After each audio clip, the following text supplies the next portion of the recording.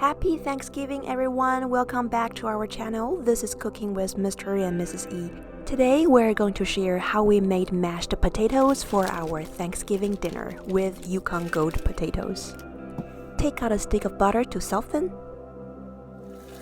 Watch the Yukon Gold. This kind of potatoes have really thin skin. You don't even need to peel it. Now place them in a pot of water along with 1 teaspoon of salt.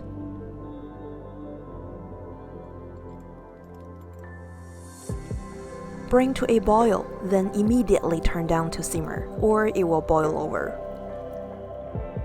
Cook the potatoes until tender. A chopstick will push through with almost no resistance.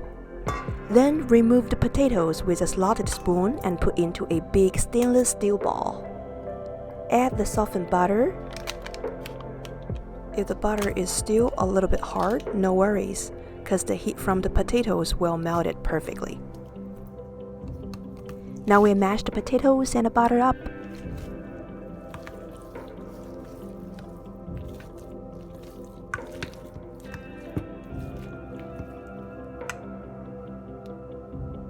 Now add a quarter cup of half and half.